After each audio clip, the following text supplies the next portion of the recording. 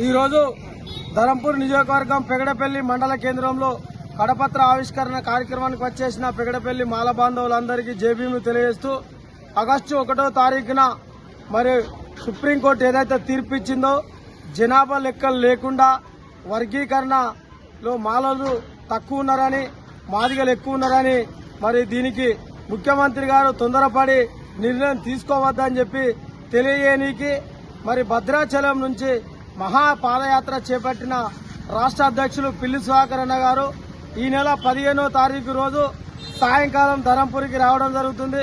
ధరంపూరి నుండి రాయపట్నం నుండి మరియు ధరంపూరి వరకు అదే రకంగా జగిత్యాల మరియు మల్యాల కొడిమాల ద్వారా సిరిసిల్ల జిల్లాకు పోవడం జరుగుతుంది. కాబట్టి ఇటు పాదయాత్రను విజయవంతం చేయడానికి మరి ధరంపూర్ నియోజకవర్గ పెగడపల్లి మండలంలో ఉన్న మాల కుల బాంధవులు, విద్యార్థులు, మేధావులు, మరి మాజీ తాజా ప్రజాప్రతినిధులు ప్రతి ఒక్కరూ హాజరై ఈ కార్యక్రమంలో పాల్పంచుకొని వర్గీకరణ పేరుతో మాల మాదిగలను మధ్యలో చిచ్చులు పెడుతున్న నాడు టీడీపీకి ఏ రకమైన బుద్ధి చెప్పినమో ఇప్పుడు బీజేపీకి కూడా అదే రకంగా బుద్ధి చెప్పనీకి మన అందరం ఏకం కావాల్సిన అవసరం ఉంది. ఎందుకంటే బీసీలు, ఎస్సీలు మరి మాల మాదిగలు కలిసి ఉంటే రాజ్యాధికారం గుంజుకునే పరిస్థితులు ఉన్నారనే కుట్రలతో మరి మనువాదులు చేస్తున్న మనువాదులకు తగిన గుణపాఠం చెప్పే రీతిలో 17వ తారీఖు రోజు జైత్యాల్లో మీటింగ్ ఉంది. ఆ మీటింగ్ కూడా రావాల్సిందిగా విజ్ఞప్తి. మరి